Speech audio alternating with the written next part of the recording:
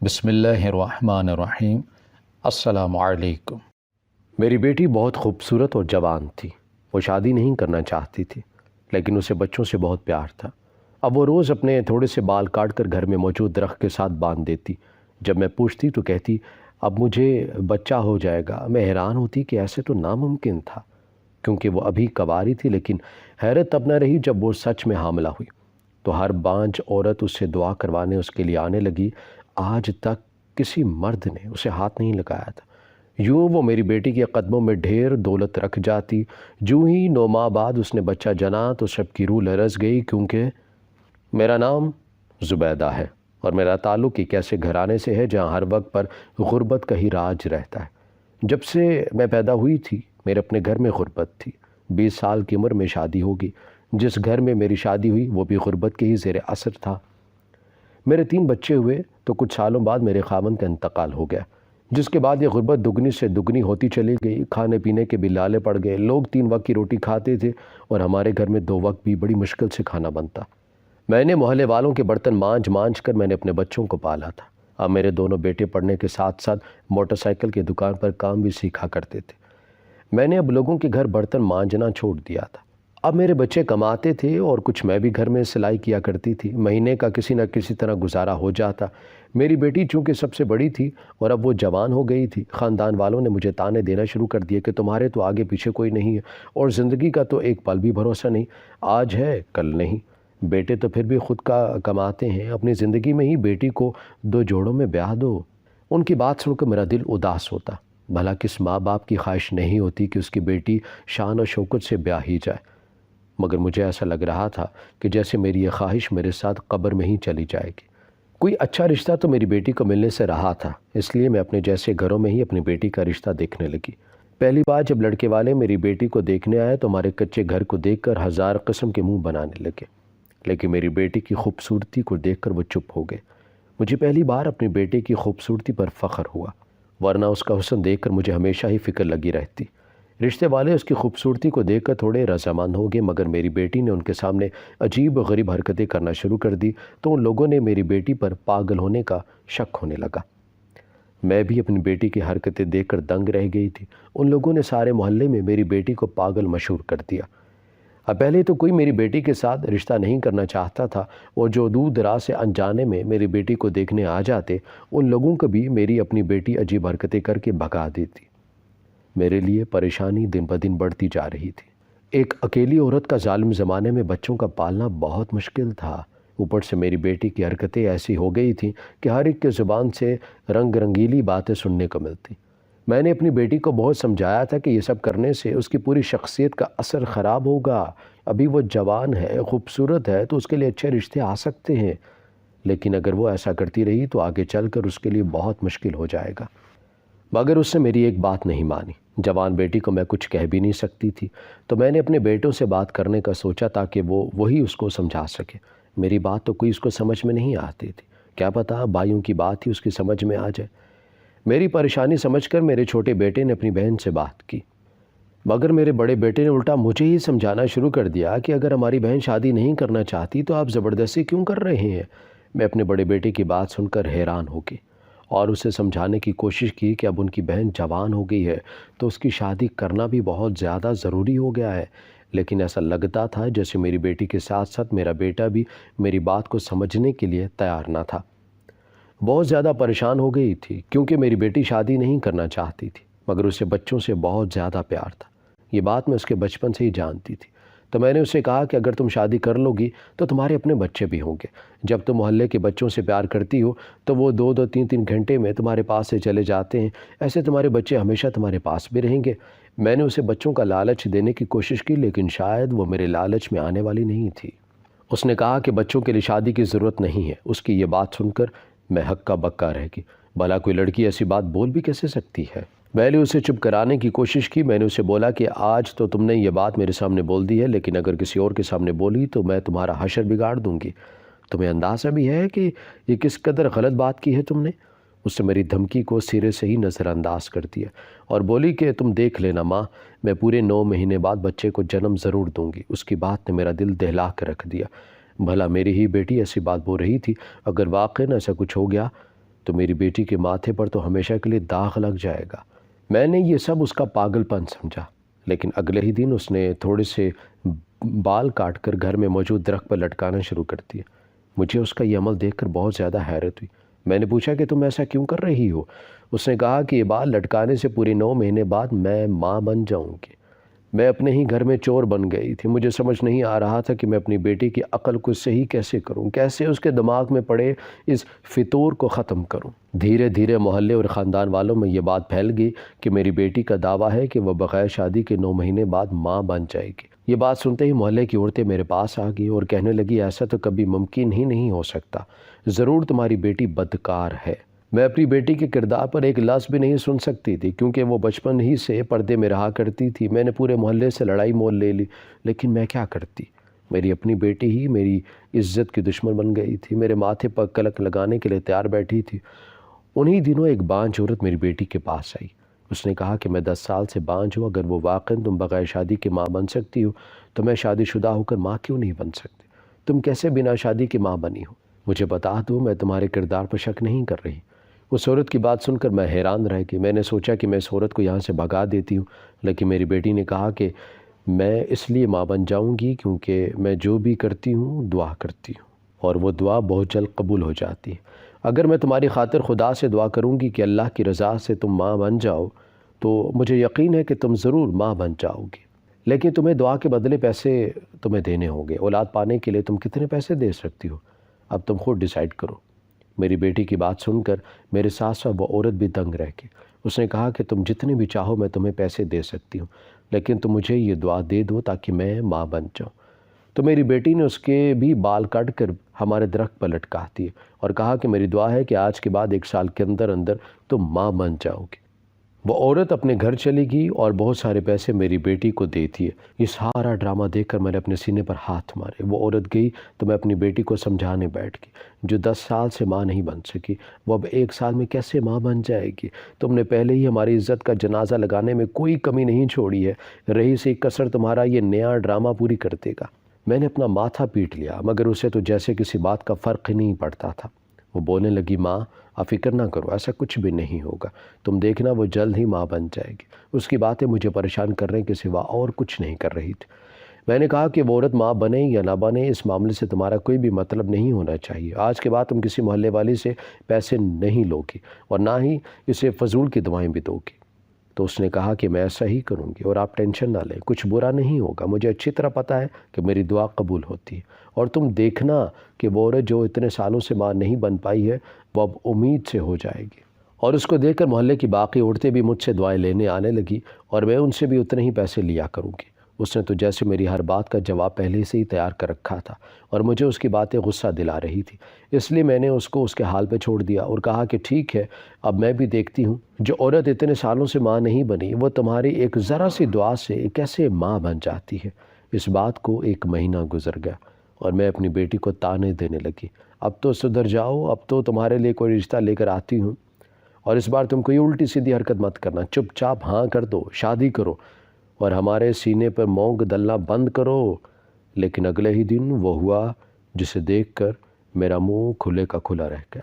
जब औरत मिठाई का डब्बा लेकर खुशी खुशी हमारे घर आई और उसके साथ मोहल्ले की कुछ और औरतें भी थीं, पहले तो मैं घबरा गई। मुझे लगा ज़रूर ये सब हम सबको जलील करने आई हैं, मगर वो तो मेरी बेटी के वारे न्यारे होने लगी, क्योंकि उस औरत को डॉक्टर ने बोल दिया था कि वह उम्मीद से है। ये सुनकर मैं भी तंग रह गई और मोहल्ले की बाकी औरतें भी। सभी औरतें अपने इस मामले में मेरी बेटी से दुआ लेने आई थी। इस तरह मेरी बेटी ने उनके भी बाल काट कर दरख्त से लटका दिए और दुआ दी कि वो लोग मेरी बेटी को पैसे देकर चले भी गए। इस बार मेरी बेटी ने वो पैसे मेरे बड़े बेटे को दे दिए तो मुझे हैरत हुई और उससे बोला कि ये पैसे उसको क्यों दे दिए, क्योंकि पहले पैसे तो उसने घर के खर्चे के लिए ही दे डाले थे। वो बोलने लगी कि अब मैं भी तो माँ बनने वाली हूँ। इस बात ने दोबारा मेरा दिल दहला दिया। मनहूस लड़की, आहिस्ता बोलो, दीवारों के भी कान होते हैं, अगर किसी ने तुम्हारी ये बकवास सुन ली तो क़यामत आ जाएगी। मगर मेरे बड़े बेटे ने मेरी मुखालफत शुरू कर दी और बोला कि माँ अब आप भी मेरी बहन की बातों को मान ही लें, इनकी दुआओं का एक नमूना तो आप अपनी आंखों से देख चुकी हैं। मैं हैरत से अपने जवान जहाँ बेटे को देखने लगी, जो ना जाने कब से ऐसी बातों पर यकीन करने लग गया था। चंद दिनों बाद वो औरत कुछ और औरतों के साथ हमारे घर आई, क्योंकि उनको दी गई दुआ भी कबूल हो चुकी थी। अब तकरीबन सारे मोहल्ले ने मेरी बेटी को अपनी पीरनी मान लिया था। जैसे वो बोलती वैसा ही सब लोग किया करते। हमारे पूरे गांव में तो उसके चर्चे ही हो गए थे। अब दूसरे गांव से भी लोग मेरी बेटी की दुआएं लेने आते और बहुत सारे पैसे देकर जाते। मैं तो ये सारे हालात देखकर दंग रह गई थी। कभी कभी तो मुझे ये सब कुछ किसी ख्वाब से कम नहीं लगा करता था। चंद दिन पहले तक तो मुझे शक व शुबा न था कि हमारे घर में भी ऐसा कोई माहौल बन जाएगा। मेरी तरह मेरा छोटा बेटा भी इन सारे मामलात से परेशान था। और फिर वो दिन भी आ गया जब उसने एक दिन सब औरतों को बुलाकर बोल दिया कि वो एक बच्चे को जन्म देगी। मेरा तो मानो सांस से रुक गया हो। गरीब के पास एक इज़्ज़त ही होती है, और आज मेरी बेटी ने अपने हाथों से हमारी इज़्ज़त का जनाजा निकाल दिया था। मुझे लगा आज तो मैं जीते जी मर जाऊंगी। मगर ये देखकर मैं हैरान रह गई। वो औरतें उसकी सिफतें करने लगी। उनको लग रहा था कि शायद ये भी मेरी बेटी का कोई चमत्कार है। मैंने सुख का सांस लिया और उन लोगों के जाने के बाद मैं उसके पास की। पागल हो गई हो? अब अगर तुम किसी बच्चे को जन्म ना दे सकी तो ये लोग तुम्हें छोड़ेंगे नहीं, और अगर तुमने बच्चों को जन्म दे भी लिया तो हम क्या बोलेंगे? किसका बच्चा है, इसका बाप कौन है? तुम हमारे लिए मुश्किलात पैदा कर रही हो। मैंने उसे दोबारा फिर समझाने की कोशिश की, लेकिन इस बार भी उसके कान पर जूं तक न रेंगी, और इस बार भी मैंने उसको दोबारा उसके हाल पर छोड़ दिया, क्योंकि मैं जानती थी शादी के बगैर कभी भी कोई बच्चा नहीं हो सकता। लेकिन अगले कुछ दिनों में ही जो मंजर मेरी आंखों के सामने गुजरने लगा, उसको देखकर मेरे दिल को किसी ने मुट्ठी में ले लिया। मेरी बेटी की तबीयत ख़राब रहने लगी। जैसे जैसे उसकी तबीयत में बदलाव आता जा रहा था, मेरे जिस्म से जान निकलती जा रही थी। ख़ानदान में भी ये बात मशहूर हो गई थी कि मेरी बेटी बिन ब्याही ही माँ बनने वाली है। जैसे ही मेरी बेटी की तबीयत ख़राब होती, मेरा बड़ा बेटा फ़ौरन उसे लेकर अस्पताल चला जाता। एक दिन मैं उसके लिए खाना लेकर उसके कमरे में चली गई, क्योंकि कुछ दिनों से उसकी तबीयत बहुत ज़्यादा ख़राब रहने लगी थी। उसने 2-4 नवाले लगाए तो उसे उल्टियाँ आने लगी। तो मेरे बड़े बेटे ने कहा, आप पीछे हट जाए, हमारी बहन की तबीयत ख़राब है, उसके लिए कुछ ख़ास खाना और दवाइयाँ हैं। मैं हैरान रह गई। मैंने बोला कि कौन सी ख़ास दवाइयाँ और खाना? तो उसने कहा कि जैसे आपको पता ना हो, आपकी बेटी माँ बनने वाली है। मैंने कहा कि तुम दोनों कुछ शर्म करो, कुछ तो अपनी और मेरी इज़्ज़त का ख्याल करो। हमारा माशरा हमें जीने नहीं देगा अगर तुम दोनों ही ऐसी हरकतें करोगे। मेरी बेटी की तरह मेरी बेटी ने भी मेरी बात को नज़रअंदाज कर दिया। जैसे ही मोहल्ले वालों को पता चला कि मेरी बेटी माँ बनने वाली है, वैसे ही उन लोगों ने हमारे घर के चक्कर लगाना शुरू कर दी। कोई मेरी बेटी के लिए फल फ्रूट ला रहा था तो कोई कुछ और। अब हमारे घर में दोबारा से औरतें आने लग गई थी। मेरी बेटी की माँ बनने को भी सब लोगों ने उसकी कोई करामत समझा, जबकि मेरा सर दुखने लगा। हैरत तो मुझे तब हुई जब उन औरतों ने कहा कि हम देखना चाहते हैं कि आप कैसे बच्चे को जन्म देंगे। आहिस्ता आहिस्ता मेरी बेटी का पेट फूलने लगा और मेरा दिल दहलने लगा। मेरी बेटी हमेशा पर्दे में रहा करती थी। मैं ये भी नहीं कह सकती थी कि मेरी बेटी ने कोई गलत काम कर दिया है, क्योंकि मेरी बेटी तो हर वक्त मेरी आंखों के सामने ही रहा करती थी। पढ़ाई भी उसने सिर्फ 10 जमात तक ही की थी। मेरी बेटी का पेट तेज़ी से फूल रहा था और उसकी हालत भी दिन ब दिन बहुत ज़्यादा ख़राब होती जा रही थी। मेरी बेटी की ऐसी हालत देखकर मोहल्ले की औरतें खुशियाँ मनाने लगी, और कोई लड़की के छोटे छोटे कपड़े सी कर ला रहा है तो कोई लड़के के, कोई बाज़ार से ख़रीद कर ला रहा है। खिलौनों की भी घर में भरमार हो गई थी। और फिर चंद महीनों में मेरी बेटी का पेट जिस कदर फूल गया कि मुझे वाक़ई लगने लगा कि उसके पेट में कोई बच्चा है। अब तो मैं शर्म के मारे अपनी बेटी की तरफ देखती ही नहीं थी, बल्कि उसे ख़ुद भी कहीं आने जाने नहीं दिया करती। लेकिन मेरी बेटी ख़ुद ही घर आने वाली औरतों के पास बैठी रहा करती, उनके मसले सुनकर दुआएं देती और उनसे पैसे लेकर मेरे बेटे को दे दिया करती, और मेरा बेटा उन पैसों को लेकर जाने कहाँ रख देता। हमारे घर के हालात बुरे से बुरे होते जा रहे थे, लेकिन मेरा बेटा उन पैसों का नाम तक नहीं लेता था और मुझे उन पैसों का कोई लालच भी नहीं था। मगर अब उसने घर में वो पैसे भी देना बंद कर दिए थे जो वो घर के लिए दुकान से कमा कर लाया करता था। एक दिन मेरी बेटी की हालत बहुत ज़्यादा ख़राब हो गई तो मेरा बेटा उसे लेकर अस्पताल चला गया। जैसे ही गांव वालों को पता चला कि मेरी बेटी की हालत ख़राब हुई, वो अस्पताल चली गई, तो औरतों का एक हजूम अस्पताल भी पहुंच गया।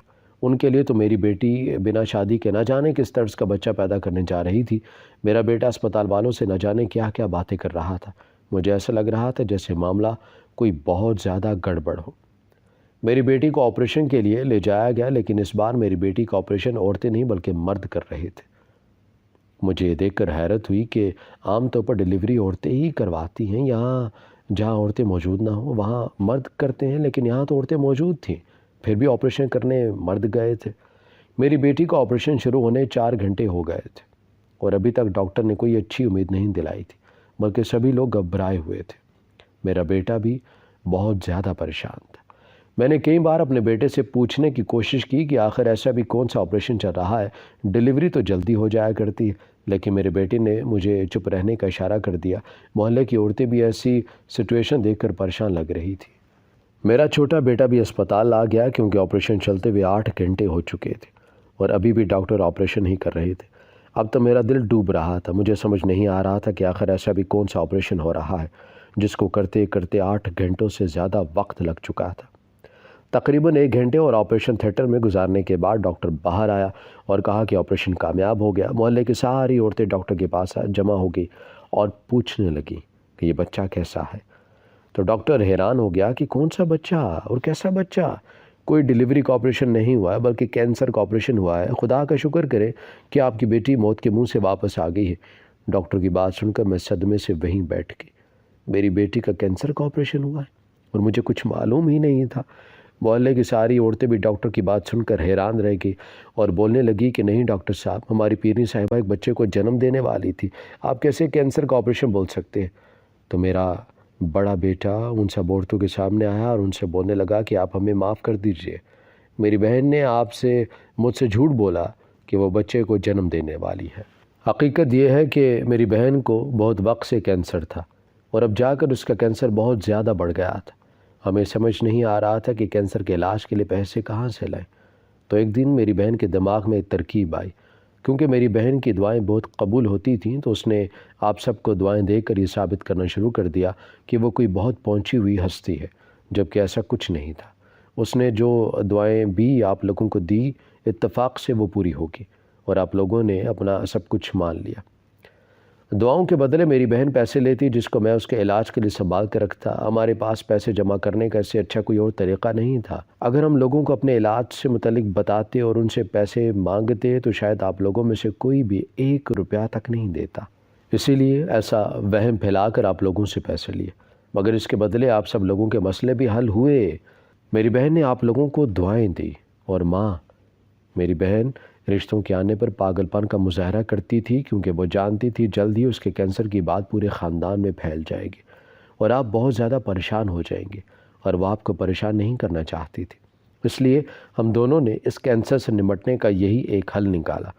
मैं जो अपनी बेटी को इतना सब कुछ सुनाती रहती थी, अब मुझे वो बहुत अजीम लगने लगी थी, जिसने सब कुछ अकेले ही बर्दाश्त कर लिया था। हमारी वीडियो अगर आपको पसंद आई है तो ज़रूर लाइक कीजिए, अपनी राय देना चाहें तो कमेंट्स कीजिए, अच्छी लगे तो शेयर कीजिए।